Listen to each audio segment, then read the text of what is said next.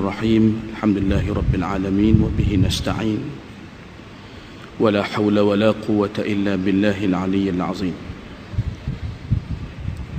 رب اشرح لي صدري ويسر لي أمري واحلل عقدة من لساني يفقه قولي رب يسر ولا تعسر رب تمم بالخير يا كريم اللهم صل وسلم وزد وبارك على سيدنا محمد الفاتح لما أغلق والخاتم لما سبق ناصر الحق بالحق والهادي إلى صراطك المستقيم وعلى آله وأصحابه حق قدره ومقداره العظيم اللهم صل وسلم وبارك على مولانا محمد النور المذهب للنسيان بنوره وعلى آله في كل لمحة ونفس عدد ما وسعه علمك آمين أما بعد marilah sama-sama kita mengucap syukur kehadrat Allah Subhanahu wa taala kerana dengan limpah kurnia daripada Allah pagi-pagi lagi tuan-tuan dan puan-puan kita telah dipimpin oleh Allah Subhanahu wa taala kepada ibadah dan ketaatan.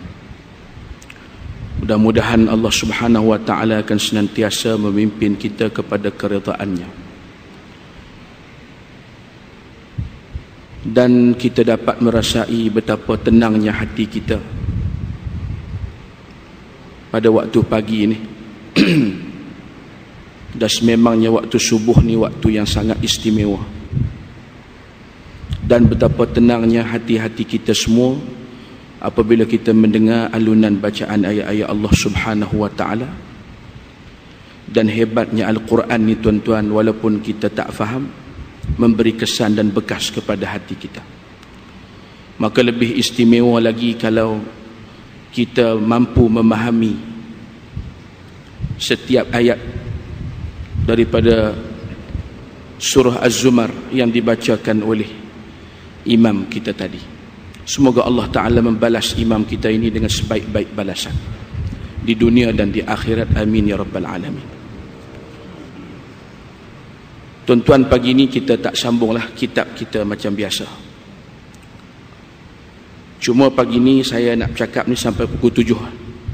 Sekejap lah. Cakap lama-lama pun bulan Ramadan ni takut batal puasa pula. Jadi kita cakap sikit-sikit lah bulan Ramadan ni sebagai peringatan.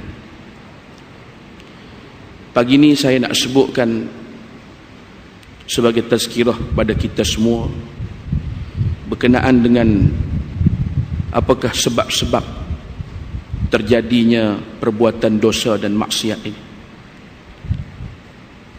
Kerana bila kita mengetahui punca dan sebab terjadinya dosa dan maksiat, maka dapatlah kita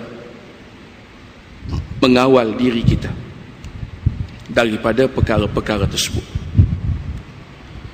Kerana salah satu daripada tarbiyah Ramadan ini ialah mendidik kita untuk menjadi orang yang berhati-hati dalam kehidupan. Sebab tu kita diajar di bulan Ramadan ni oleh Nabi kita Muhammad sallallahu alaihi wasallam bahawa berpuasa itu bukan sekadar menahan lapar dan dahaga. Imam Ghazali sebut terang-terang dalam Bidayatul Hidayah bahawa salahlah dan silaplah orang-orang yang memahami bahawa puasa itu hanya menahan lapar dan dahaga. Maka bila tiba waktu berbuka, dia pun diqadak balik makan tengah hari tu. Dipanggil qada makan, bukan buka puasa, dipanggil qada makan. Maka pada waktu buka puasa tu dia jadi 2 kali makan lah. 2 kali makan. Dia tak jadi berbuka puasa, dia jadi 2 kali makan. Kerana dia sangka bahawa puasa ni adalah semata-mata menahan lapar dan dahaga sahaja. Sedangkan Nabi SAW sebut dalam hadis, kata Nabi, man lam yada' qaul az-zur, orang-orang yang tidak meninggalkan perkataan-perkataan yang sia-sia ataupun perkataan yang buruk di bulan Ramadan ketika dia berpuasa, maka Allah Ta'ala tidak berhajat kepada puasanya. Maksudnya Allah Ta'ala tidak akan beri pahala kepada orang-orang yang berpuasa tetapi tidak dapat menahan lidahnya daripada perkataan yang kotor dan keji. Maka terjadilah seperti yang disebutkan oleh Nabi, ramai orang yang berpuasa tetapi hanya beroleh lapar dan dahaga semata-mata. Tuan-tuan para jamaah yang dimuliakan sekalian, yang pertama sebab terjadinya dosa dan maksiat ini adalah kejahilan. Jahil. Sebab itu dalam hadis riwayat al-Imam al-Bukhari, kata Nabi kita Muhammad sallallahu alaihi wasallam, "Man yuridillahu bihi khaira yufaqihu fid din." Barang siapa yang Allah Ta'ala berkehendakkan kebaikan kepada dirinya, Allah akan beri dia faham agama. Kita ni tuan-tuan, kalau Allah Ta'ala beri kita duit banyak, Allah Ta'ala beri pada kita kehidupan duniawi yang berjaya, perniagaan kita maju, anak-anak kita semua masuk universiti, sebenarnya kita belum mendapat kebaikan sehingga kita diberikan kefahaman di dalam agama. Bila kita faham agama, baru lengkap hidup kita. Kadang-kadang kita salah faham. Kita rasa hidup ni lengkap bila mana kita memiliki perkara-perkara yang kita sebutkan tadi.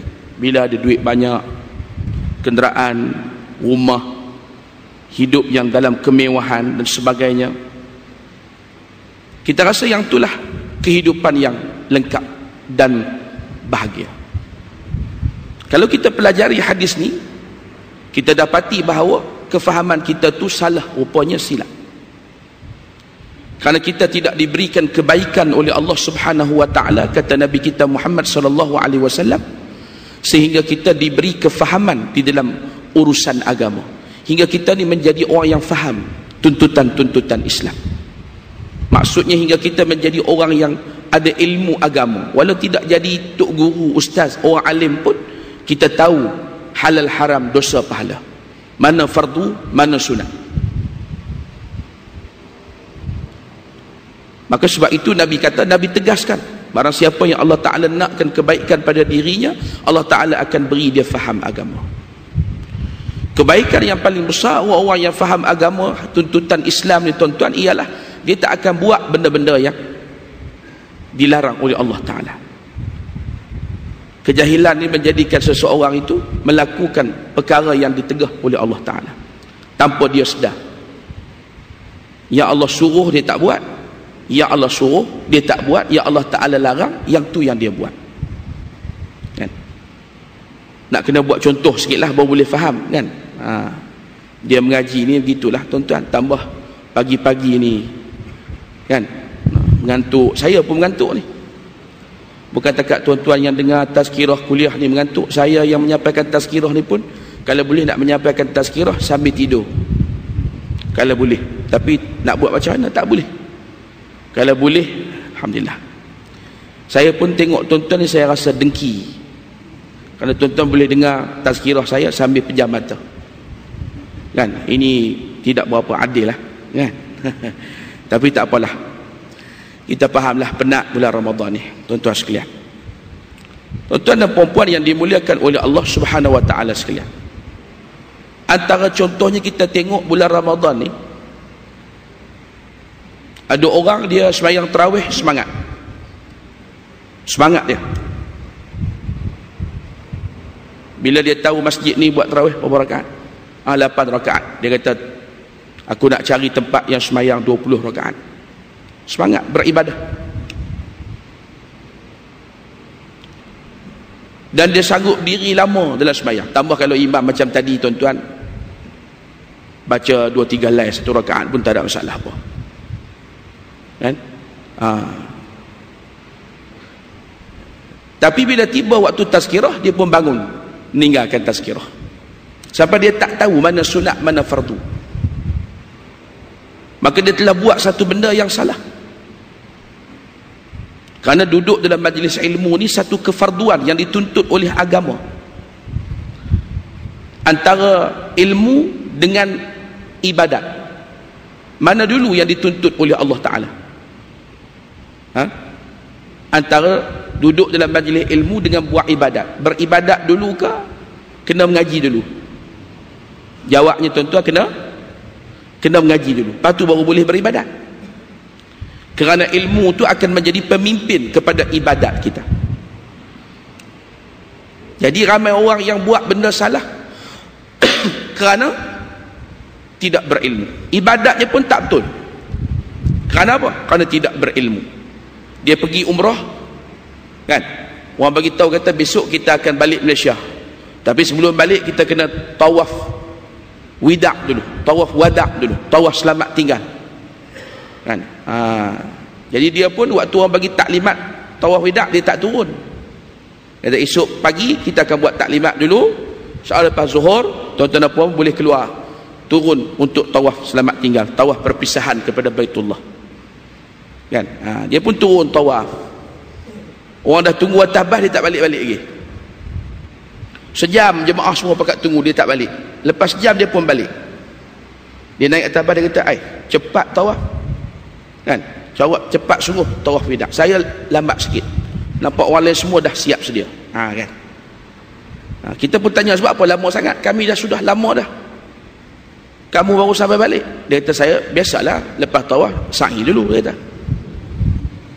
Kan? Lambatlah sikit, dia kata. Dia pergi hantam sa'i widak lepas tawaf widak. Ini semua kerana apa? Kerana tidak berilmu. Kan? Jadi saya ni bulan Ramadan ni kadang-kadang macam-macam soalan orang tanya. Kadang-kadang sampai jadi letih nak jawab. Tapi tak nak jawab pun, tuan-tuan sekalian, kesian pula pada orang tanya tu. Kerana soalan pelik-pelik, soalan macam-macam soalan. Kan? Benda-benda simple. Tapi oleh kerana ibadat puasa ni setahun sekali, tuan-tuan, kesian juga. Kan? Kita pun nak jawab. Kadang-kadang haus kuku kita ni type SMS, jawab. Anak murid dia pun kadang-kadang dia nak tanya kita, dia miss call. Anak murid nak tanya kita, dia miss call. Ini dipanggil miskin call. Ya, dengan tok guru nak tanya soalan pun berkira, tuan-tuan sekalian. Kadang-kadang dia kata, Ustaz, cabut gigi batal tak puasa? Saya kata batal lah. Kalau lepas cabut tu telan gigi tu, memang batal puasa. Dia pun tanya lagi, kalau berdarah lah, telan darah lagi tu ini sebagainya, soalan-soalan. Baguslah bila bertanya, tak tahu tu bila bertanya bagus. Kerana bila kita buat ibadat tanpa ilmu, bahaya. Kadang-kadang kita semangat duduk dalam sembahyang tarawih, berdiri lama dengar imam baca ayat Quran panjang, tapi bila mari ustaz-ustaz kita nak hurai ayat Quran yang imam baca tadi, ramai yang bangun meninggalkan majlis, sehingga tak tahu mana fardu mana sunat. Sembahyang tarawih ni sampai kiamat sunat hukum dia, tapi menuntut ilmu hukumnya adalah fardu dan wajib. Jadi kita telah buat satu benda salah yang dituntut oleh agama, kita tak buat, menyebabkan kejahilan itu menjadikan kita berdosa dengan Allah Ta'ala. Kita dengar sehari dua ni nak menghapuskan orang miskin dipanggil. Kan? Sebab tu tuan-tuan dan puan-puan, bila ekonomi ni ekonomi kapitalis, bukan ekonomi Islam. Kapitalis ni melahirkan orang yang kaya akan terus kaya, orang miskin akan terus akan semakin miskin. Kapitalis mencipta kemiskinan dan orang miskin. Kerana ekonomi kapitalis akan menggunakan kesempatan terhadap orang-orang miskin. Dia akan ambil kesempatan kepada orang-orang miskin ni untuk kepentingan dia. Sebab tu Islam, tuan-tuan sekalian, Islam ni tidak pernah memerangi orang miskin. Bahkan Islam mendidik orang miskin. Zaman Nabi kita SAW, orang-orang miskin dihimpunkan oleh Nabi di sebelah Masjid Nabawi. Kalau tuan-tuan pergi buat umrah, ziarah Madinah, tuan-tuan masuk nak ziarah Nabi tu ikut babu apa? Babu Jibril ke bab salam, babu salam ke? Kan? Itu yang kalau kita berdiri menghadap kepada makam, sebelah kiri kita. Kalau sebelah kanan tu babul Baqi'. Bagi pintu apa tu? Bab Jibril ke bab apa? Tak ingat saya pun. Maka di situlah dulu ni tempat duduk yang dinamakan tempat duduk Ahlus Suffah.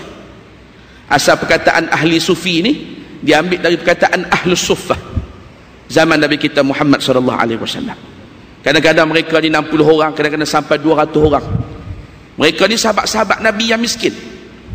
Makan, minum, pakaian mereka ditanggung oleh Nabi sallallahu alaihi wasallam. Dan kenapa Nabi himpun mereka duduk dekat dengan masjid? Supaya senang mereka belajar dengan Nabi, hadir majlis ilmu Nabi sallallahu alaihi wasallam. Hingga di kalangan Ahlus Suffah ni yang paling terkenal Sayyiduna Abdurrahman Ibn Sakhrin Ad-Duqsi radhiyallahu taala anhu, ataupun gelarannya Sayyiduna Abi Hurairah radhiyallahu anhu, yang paling banyak meriwayatkan hadis daripada Nabi sallallahu alaihi wasallam. Nabi mendidik orang-orang miskin ni sehingga menjadi orang miskin yang penuh tata tertib dan adab dengan Allah Subhanahu wa taala. Hari ini jadi pelik, orang yang bersedekah pada orang miskin akan disaman. Siapa-siapa derma sedekah pada orang miskin, kita akan saman. Orang yang minta sedekah, kita akan tangkap masuk penjara semua. Jadi gitu pula kan. Ni saya tidak sebut mana-mana, cuma di tempat kita ni lah berlakunya, tuan-tuan sekalian. Ini disebabkan kerana apa? Kerana kejahilan. Sebab tu bila orang jahil, siapa peringkat diangkat menjadi pemimpin, yang akan berlaku adalah kerosakan, tidak akan berlaku kebaikan. Sebab tu bila tidak berilmu dan jahil, maka yang paling besar sekali ialah kesannya melakukan perkara-perkara yang dilarang oleh Allah Ta'ala. Kadang-kadang ada isteri yang dia jahil, dia tak tahu bahawa meninggikan suara pada suami ni dosa. Dia tak tahu kan. Kita pula rasa kawan kita tu kahwin dengan Tarzan kan, hari-hari kita dengar suara memekik melolong, wow, wow, wow, wow. Kita ingatkan kahwin dengan Tarzan, dah kahwin dengan manusia biasa lah orang. Dia tak tahu, dia kata, oh tak boleh tinggikan suara pada suami Ustaz. Tak boleh. Sedangkan dia tiap-tiap hari kan.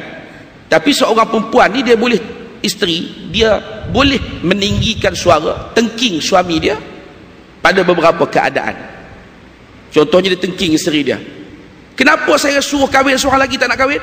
Contoh gitu boleh bahkan itu disunatkan.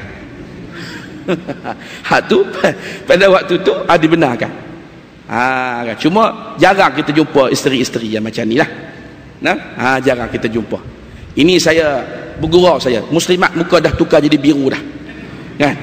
Tuan-tuan dan puan-puan yang dimuliakan oleh Allah Ta'ala sekalian, ini contoh bila kita tidak ada ilmu, sampai pada peringkat kita dah langgar batasan hukum Allah, kita tak sedar kata benda tu adalah perkara yang tidak dibenarkan oleh agama. Jadilah manusia yang berilmu untuk menjaga diri kita daripada melakukan perkara yang dilarang oleh Allah Ta'ala. Yang keduanya nafsu. Nafsu inilah yang menjadi sebab kebanyakan daripada kita melakukan dosa dan maksiat kepada Allah Ta'ala. Nafsu ni pula, tuan-tuan dan puan-puan, dia bersifat macam budak-budak, dia suka merengek. Itu sifat nafsu. Al-Imam Al-Busiri menyebut dalam qasidah burdahnya, wan nafsu katifli. Adapun nafsu itu, kata dia, seperti budak-budak kecil yang suka merengek-rengek. Sebab tu budak-budak kalau kita tak putuskan susu dia, tak putus waktu dia menyusu dengan mak dia, kalau tak putuskan susu sampai ketua dia menyusu, ayah dia pun nak menyusu lagi, tambah anak dia, kadang-kadang berebut dengan anak-anak kan. Tuan-tuan sekalian, sebab tu budak-budak waktu menyusu, apa dia, haulaini kamilain, 2 tahun. Lepas daripada 2 tahun, Nabi SAW suruh pisahkan anak kita tu daripada susu mak dia. Maksudnya susu mak dia, bukan maksud susu biasa ni kita sampai ketua ni minum susu kan, buka puasa minum susu. Tapi maksud yang saya duk sebut ni, seorang anak dengan mak dia disuruh oleh agama, Quran kata haulaini kamilain, 2 tahun putuskan susu. Macam-macam cara lah. Saya tengok orang tua-tua duk bertua ni kan, bubuh kicap lah apalah. Jadi bila budak tu terasa masin, dia pun hilang nafsu nak menyusu ni. Tapi itulah ulama mengumpamakan nafsu tu seperti budak-budak kecil. Kadang-kadang kita tengok kan, kita dah ada dah kereta 4-50 biji dah rumah tu, 4-5 biji dah kereta rumah. Nak heran apa tu, ada orang baru ni saya tengok dalam Facebook, 300 biji kereta dia kan. Saya pernah baca artikel Sultan Brunei, 1,200 biji kereta dia. Kita kata nak buat apalah sampai 1,200 biji kan. Hari dalam setahun pun ada 365 aja. Mana kalau satu hari naik satu biji kereta, 4 tahun tak habis lagi. Kita kata. Tapi orang yang bernafsu gitu kan, yang ikut nafsu. Allah Ta'ala sebut dalam Quran, innan nafsa la'ammaratun bisu. Sesungguhnya hawa nafsu ni hanya akan mengajak dan menyuruh kepada kejahatan. Jaga nafsu ni, dia akan bawa pujuk kita supaya kita buat benda jahat, maksiat dan dosa kepada Allah Ta'ala. Lepas tu kalau kita dah ada dah kereta di rumah, tengok kereta baru keluar kan, berasa nak lagi, Allah cantiknya, kalaulah dapat yang ni memang best lah. Isteri kita lalu pergi shopping komplek kan, beg tangan dekat rumah ada 100 biji dah. Dia tengok pula, dia kata cantik beg ni, kalau ni memang dah ada baju dengan kasut kat rumah, kalau beli memang sepadan lah. Itu nafsu. Sedangkan perkara tu dah ada, benda yang dah ada tak perlu, tapi nafsunya dia merengek-rengek, dia nak. Sebab tu nafsu hendaklah ditundukkan dan dikuasai. Sebab itu di bulan Ramadan Allah Subhanahu wa taala merasakan kepada kita bagaimana menguasai nafsu dengan cara berlapar dan dahaga. Nafsu ni tak akan dapat ditundukkan melainkan dengan cara mesti jadikan dia lapar dan dahaga. Sebab tu kita di siang hari bulan Ramadan, kita walaupun penat dan letih, tapi dalam soal ibadat memang sedap beribadat di siang hari bulan Ramadan. Tidur pun sedap, tambah beribadat kepada Allah Subhanahu wa taala. Bulan Ramadan ni pantang pejam mata, mesti tidur. Janganlah tuan-tuan nak pejam mata tengah bawa kereta ke bawa motor. Kerana bulan Ramadan ni terpejam pejam mata, terus tidur. Punya berkat bulan Ramadan ni. Betul tak tuan-tuan? Tak betul? Warok orang sini jarang tidur baca Quran kuat ni kan? Saya cerita ni khas saya lah. Jarang, kalau pejam mata aja jarang tak tidur kan, mesti tidur. Pejam pukul 11 pagi, jaga-jaga pukul 3 petang. Punya sedap tidur. Rahmat bulan Ramadan tuan-tuan sekalian, tuan-tuan yang dimuliakan oleh Allah Ta'ala sekalian. Sebab itu kata Nabi SAW, syurga itu dipagari dengan perkara-perkara yang tidak disukai oleh hawa nafsu. Mana benda yang nafsu tak suka kan, daripada ibadat dan ketaatan, berlapar, dahaga, duduk dalam keadaan berzikir, duduk dalam majlis ilmu, bangun malam, keluarkan sedekah, infak, derma dan sebagainya. Ini semua benda nafsu tak suka. Yang menghalangi kita beribadat ni salah satunya adalah nafsu kita. Dia kata kalau kamu banyak sangat menderma, nanti kamu akan jadi miskin, kata nafsu kan. Sedangkan Nabi kata tidak akan berkurangan harta daripada sedekah. Jadi itu nafsu mesti ditundukkan, kerana dipagari syurga itu dengan perkara-perkara yang tak disukai oleh hawa nafsu. 2. Yang ketiga tuan-tuan sekalian, sifat mazmumah yang ada dalam diri kita. Apa makna sifat mazmumah ni? Sifat mazmumah lawannya sifat mahmudah. Sifat mahmudah ni sifat-sifat yang terpuji. Sifat mazmumah sifat-sifat yang tidak baik, sifat-sifat yang dicela oleh agama. Kita duk ngaji setiap bulan dalam kuliah saya bulanan sini tu, kitab penawar bagi hati. Dia ada 10 dosa yang disenaraikan oleh Al-Imam Al-Ghazali rahimahullahu ta'ala dalam Ihya Ulumuddin. 10 dosa yang selalu dilakukan oleh orang yang berpunca daripada sifat-sifat mazmumah.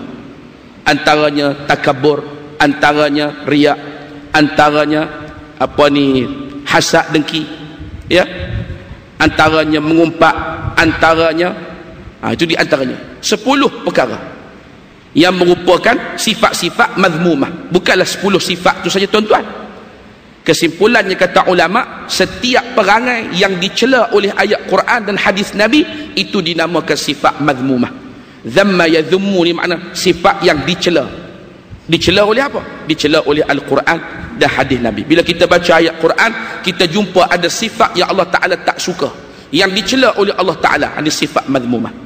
Maka sifat-sifat mazmumah ni mesti kita bersihkan daripada diri kita. Macam mana cara kita nak kenal sifat mazmumah ni? Kena mengaji jugalah, kena belajar sifat-sifat mazmumah ni, supaya dapat kita membersihkan jiwa kita daripada sifat-sifat mazmumah dan menjauhkan diri kita daripada sifat-sifatnya. Ya, kita kena belajar.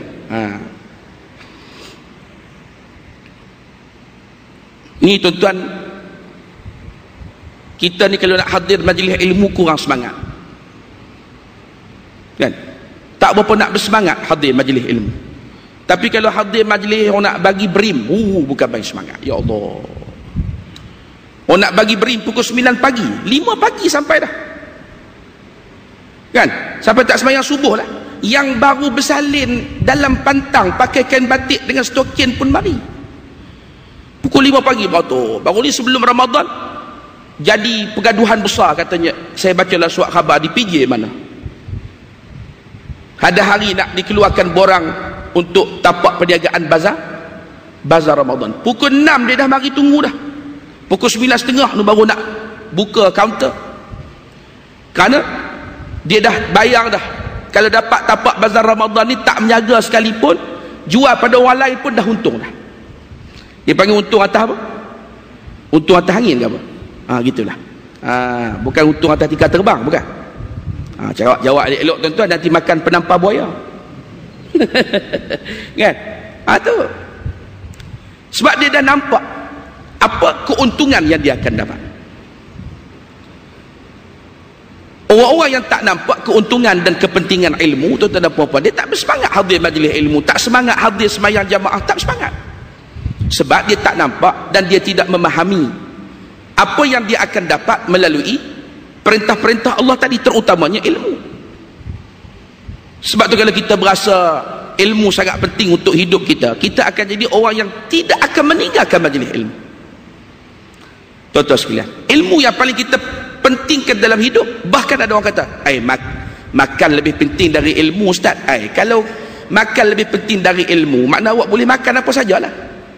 Nasi, roti, babi, bewak, semua boleh makan bila awak tak ada ilmu. Dalil kata ilmu yang paling penting, bila awak ada ilmu, awak tahu benda apa boleh makan, benda apa tak boleh makan, kan? Kita bukan macam binatang. Binatang ni lain, dia tak payah masuk sekolah. Binatang ni nak menentukan makanan dia. Tuan-tuan pernah dengar lembu disekolahkan untuk menentukan rumput mana boleh makan, rumput mana tak boleh makan, dan dia tak pernah sakit perut, makan pi rumput apa pun, kan? Dan dia tidak perlu masuk sekolah untuk nak, orang kata apa, nak ajar kamu hanya boleh makan rumput, yang lain kamu tak boleh makan. Tuan-tuan pernah jumpa lembu makan tom yam? Mari seekor kedai tom yam satu, kata dia. Itu kalau tuan-tuan jumpa yang tu, bererti malam Lailatul Qadar. Boleh jadi. Boleh jadi. Cerita malam Lailatul Qadar ni dengan orang malah mari masjid, tuan-tuan, ada satu cerita. Dia tak pernah mari masjid, budak muda. Satu hari mak ayah dia kejut bangun sahur. Dia puasa, semayang pun tidak. Dia cadang lepas sahur nak tidur lah, semayang pun tidak. Ada orang macam ni, dia mari semayang tarawih, isyak tak semayang. Ada. Tuan-tuan sekalian, tiba-tiba ayah dia kata, lepas basuh pinggan ikut ayah pergi masjid. Dia takut ke ayah ni, siap-siap ikutlah, naik motor ikut belakang ayah pergi masjid. Elok dekat nak sampai masjid, dia nampak bawah cahaya lampu yang suram tu, dia nampak kubah masjid ni duduk atas tanah.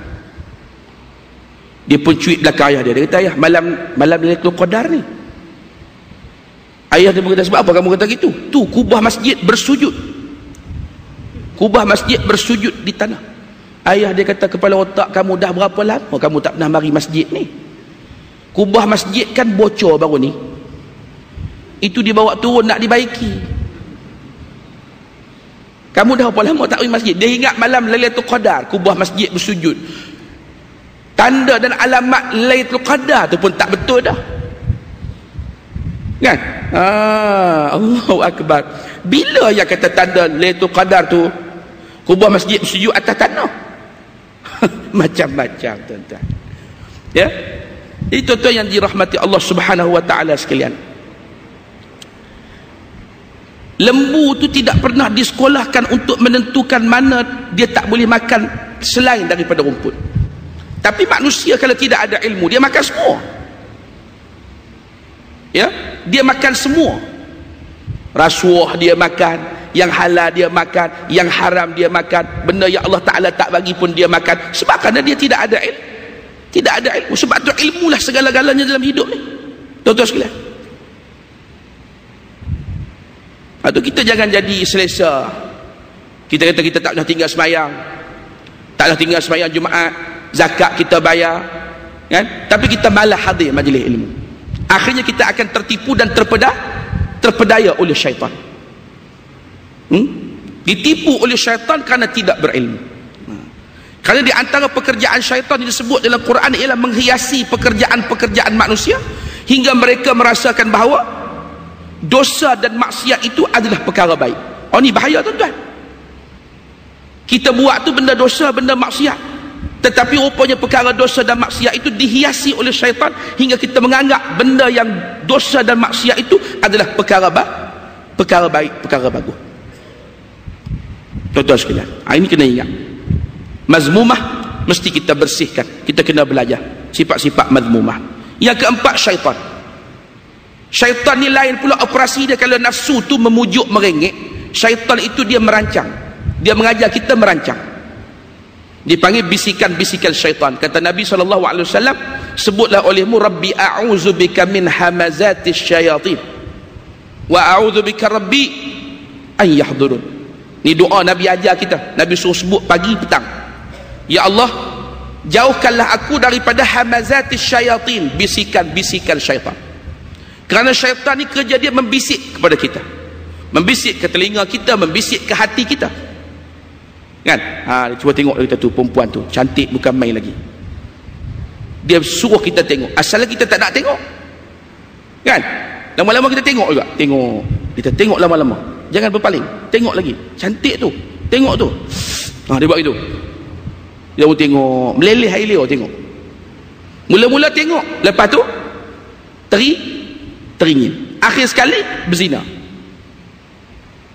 Dia ajar kita, dia pujuk kita, dia bisik pada kita sampai kita merancang terjadinya dosa dan maksiat kepada Allah Ta'ala. Sebab tu Allah Ta'ala sebut dalam Quran, wa kadzalika ja'alna likulli nabiyyin aduwan syayatinal insi wal jinni. Allahu akbar. Yuhi ba'dhum ila ba'din zukhrufal qawli ghurura. Demikian kami jadikan, wa kadzalika ja'alna, demikian kami jadikan bagi tiap-tiap nabi itu musuh. Nabi dan umat para nabi ada musuh. Siapa musuh para nabi dan umatnya? Syayatinal insi wal jinni, syaitan jin dan syaitan manusia, yang saling membisikkan di antara satu dengan yang lain dengan menggunakan perkataan yang penuh dengan tipu daya. Kata Allah Ta'ala, jaga. Setan ni dia ada dua, satu setan jin, satu lagi setan manusia. Ni saling tolong menolong ni, tuan-tuan dan puan-puan. Saling tolong menolong, menyeru, mengajak, berbisik, mengajak kepada dosa dan maksiat kepada Allah Subhanahu wa Ta'ala. Sebab tu jaga, ya, selalulah pohon kepada Allah agar kita diselamatkan daripada syaitan. 5 minit lagi, harap tuan-tuan bersabar. Saya akan menepati janji, insya-Allah. Saya tidak akan capatikan, ya, insya-Allah. Tuan-tuan yang dimuliakan oleh Allah Subhanahu wa Ta'ala sekalian, yang kelima, sombong. Sombong macam Fir'aun, tuan-tuan sekalian. Bila Allah Ta'ala utuskan Nabi Musa pergi jumpa Fir'aun, wa hal ataka hadithu Musa, hal ataka hadithu Musa idh nada rabbuhu bilwadil muqaddas tuwa idhhab ila Fir'aun innahu tagha. Allah Ta'ala perintahkan Nabi Musa pergi jumpa Fir'aun. Hei Musa, pergi jumpa Fir'aun, dia dah melampaui batas, dia dah mengaku jadi Tuhan, dia dah melampau. Dia sanggup bunuh 12,000 anak lelaki Bani Israel kerana percaya dengan percaya dengan tafsir mimpi oleh bomo tika terbang zaman dia lah, tuan-tuan sekalian. Tapi bomo zaman itu dia tak pakai jenis kelapa-kelapa teropong, sotong apa semua ni. Janggut sotong pun tak pakai. Cara hari itulah tuan-tuan sekalian. Ya. Kata dia, kata Allah, pergi kamu jumpa Firaun. Innahu tagha, Firaun dah melampaui batas. Faqul hal laka ila an tazakka wa ahdiyaka ila rabbika fatakhsha fa arahu al-ayat al-kubra fakadzdzaba wa 'asa. Ringkas cerita Nabi Musa pergi jumpa Firaun, tuan-tuan.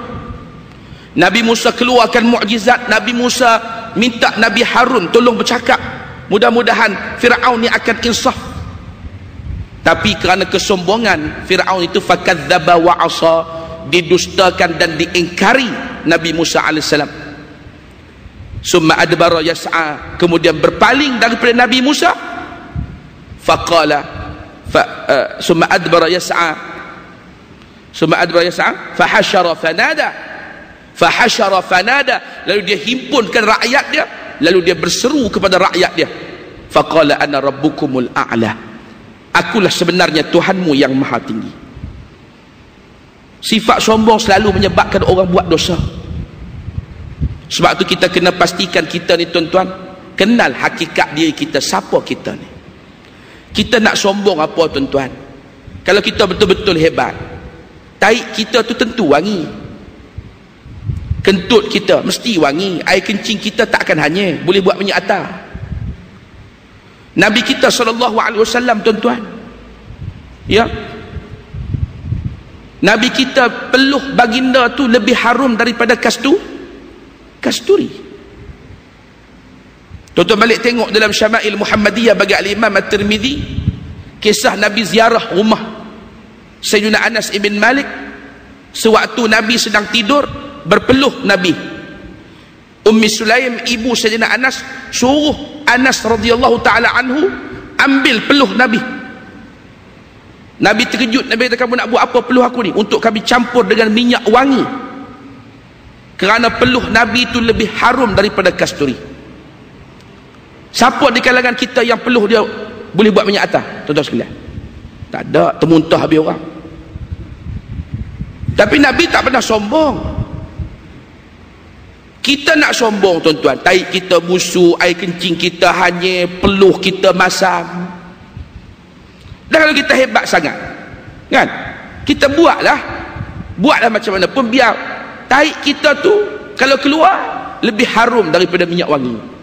Padan nak sombong pun, kan?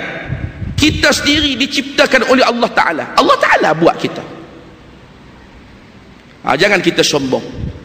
Dan sombong yang paling tercela adalah sombong kepada Allah dan Rasul, iaitu orang-orang yang tidak menghiraukan larangan-larangan Allah Subhanahu wa Ta'ala. Yang keenamnya, kerah hati. Sebab tu kita kena selalu didik hati kita, tuan-tuan. Di bulan Ramadan ni Allah Ta'ala muliakan Ramadan dengan apa? Dengan Al-Quran. Kalau tuan-tuan baca hadis-hadis Nabi SAW, dua amalan yang paling utama di bulan Ramadan. Pertama tilawatul Quran, yang kedua it'amut ta'am. Ini paling utama, bukan makna yang lain tak penting. Tapi yang paling besar Nabi selalu sebut dalam Quran. Yang pertama, tuan-tuan sekalian, Nabi kata bahawa yang pertama di bulan Ramadan, yang paling utama, banyak-banyaklah baca Quran, melebihi amalan yang lain. Yang kedua, selalulah keluarkan duit bersedekah, terutamanya memberi makan kepada orang-orang yang berbuka puasa. Dua-dua ni menjadi sebab kepada keampunan Allah Subhanahu wa Ta'ala. Tuan-tuan yang dirahmati Allah Subhanahu wa Ta'ala sekalian, maka Al-Quran itu Nabi sebut dalam hadis adalah merupakan ubat yang paling mujarab untuk hati kita. Bila kita banyak baca Quran, hati kita akan lembut, tuan-tuan sekalian. Tanda hati lembut ni apa dia? Mudah menangis. Terutamanya bila teringatkan kepada akhirat. Bila teringat dosa, teringat akhirat. Bila datang rasa takut gerun, banyak dosa, datang rasa takut pada Allah, mengalir air mata. Itu tanda hati lembut. Tapi kalau tidak pernah menangis sekali pun, bila teringat dosa dengan Allah Ta'ala, itu tanda hati kita keras. Hati yang keras mudah melakukan dosa. Yang ketujuh, peluang untuk buat maksiat itu ada. Duit pun ada, pangkat pun tinggi, kan? Buat apa pun tak akan siapa berani kacau. Kita ni tuan-tuan bila teringat nak buat maksiat, duit tak ada, tak ya lu. No.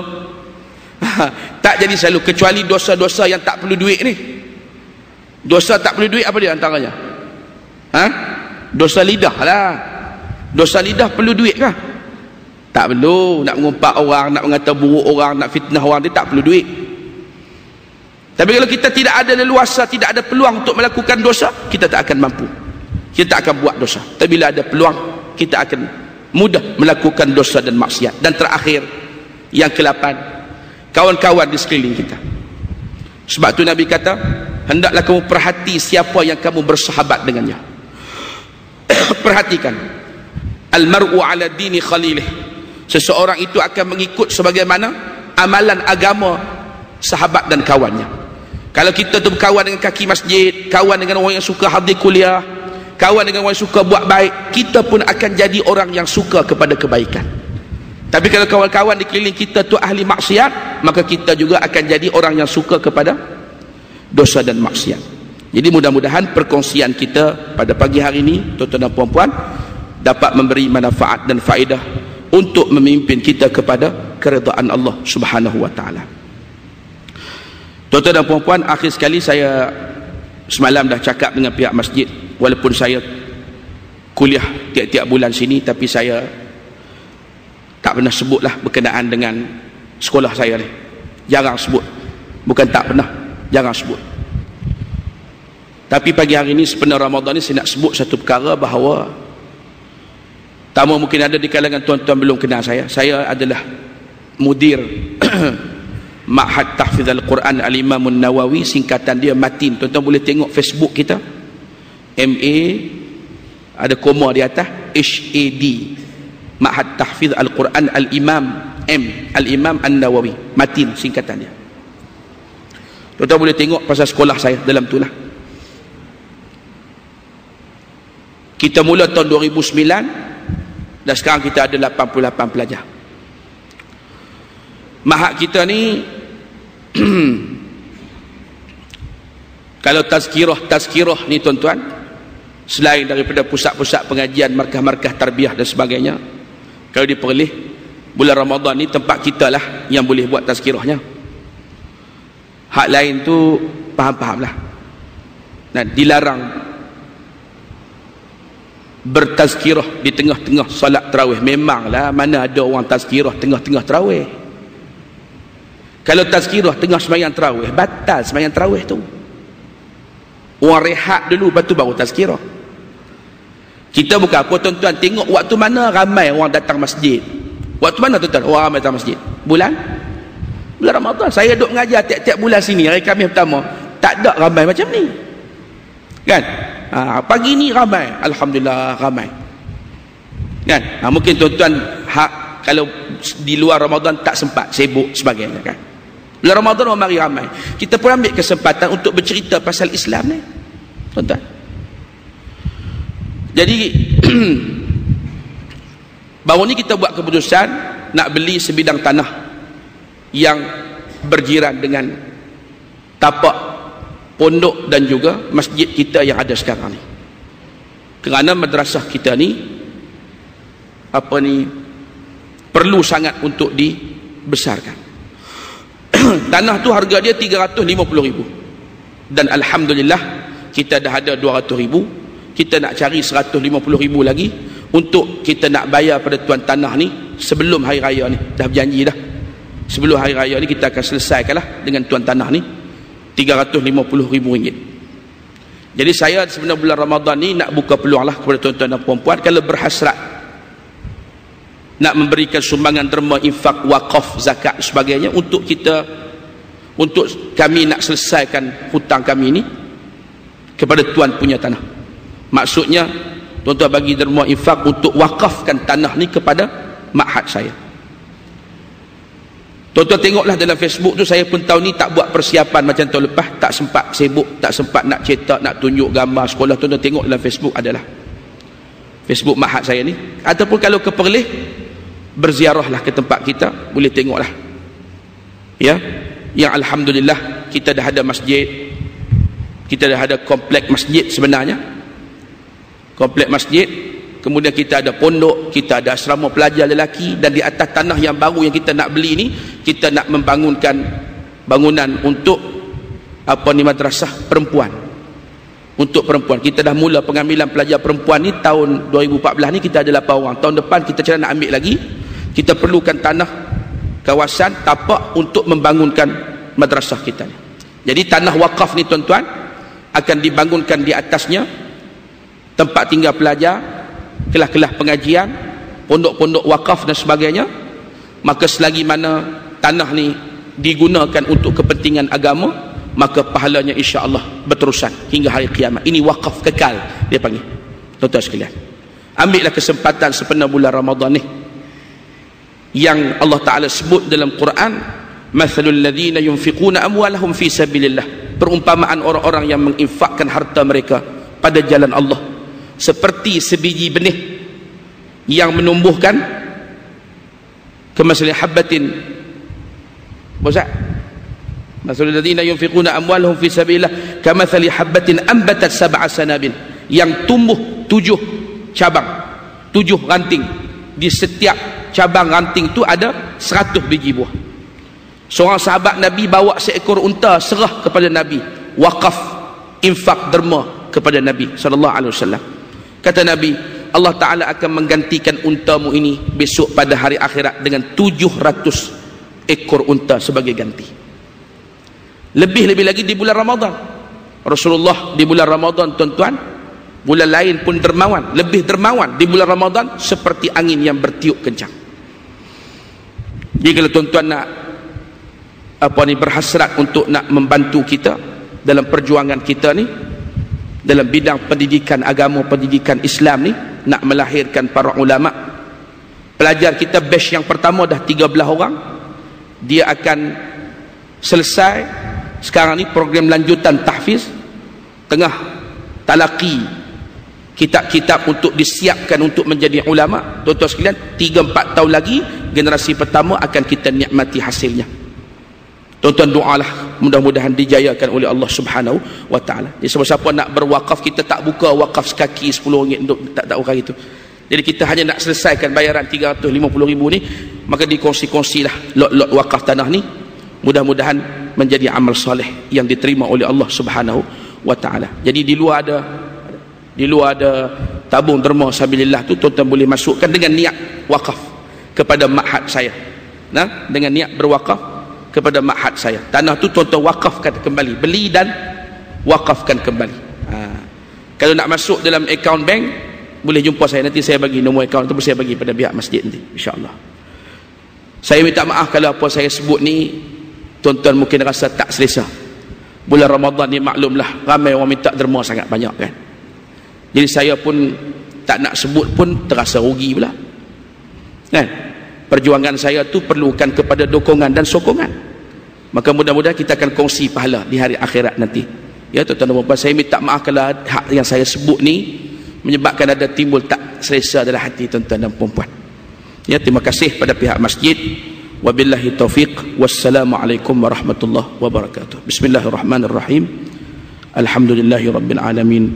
Wassalatu wassalamu ala asyrafil mursalin wa ala alihi wa sahbihi ajma'in. Ya Allah, ampunkanlah dosa-dosa kami, ampunkanlah dosa kedua ibu ayah kami, ampunkanlah dosa guru-guru kami, ampunkanlah dosa orang-orang tua yang telah mendahului kami, ampunkanlah dosa sekalian umat Nabi Muhammad sallallahu alaihi wasallam. Masukkanlah kami dalam syurga-Mu, pimpinlah kami kepada keridaan-Mu, berikanlah taufik hidayah-Mu kepada anak-anak kami dan seluruh zuriat keturunan kami.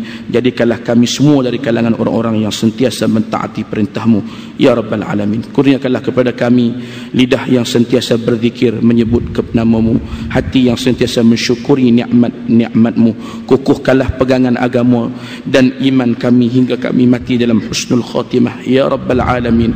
Ya Allah, kurniakanlah kepada kami ilmu yang bermanfaat yang dapat memimpin kami kepada keridaan-Mu. Berikanlah kekuatan kepada kami untuk mengamalkan setiap yang telah Engkau ajarkan kami ya rabbal alamin. Rabbana atina fid dunya hasanah wa fil akhirati hasanah wa qina azabannar. Wa sallallahu ala sayyidina Muhammadin walhamdulillahi rabbil alamin. Subhanakallah walhamdulillah, asyhadu an